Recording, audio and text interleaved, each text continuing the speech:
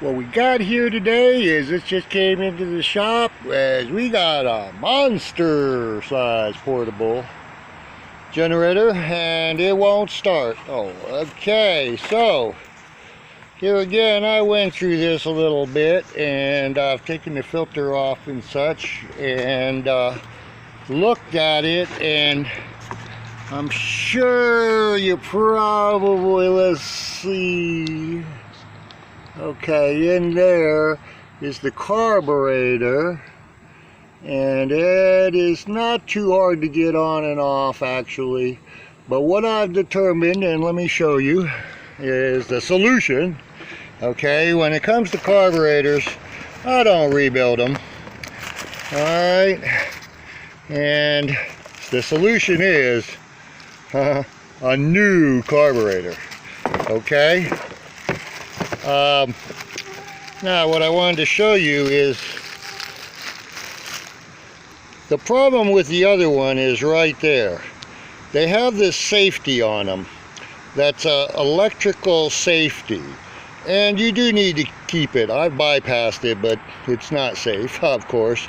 And you see that little screw? One of the easy ways to determine that is you see that you undo that screw and gas should come out of that little port right there. Okay, and if it doesn't, all right, when you crank it, there's only two things, and this most common is that that little safety is stuck. You could also have a stuck float, but needless to say, either one, you have to pull the carburetor off and try and clean it. It's not worth it.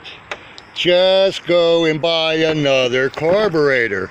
Then you only got these 4 screws and that one screw over there, and the whole carburetor comes out, by the way. All right, and one other last thing is, when you get a kit, don't get the cheap one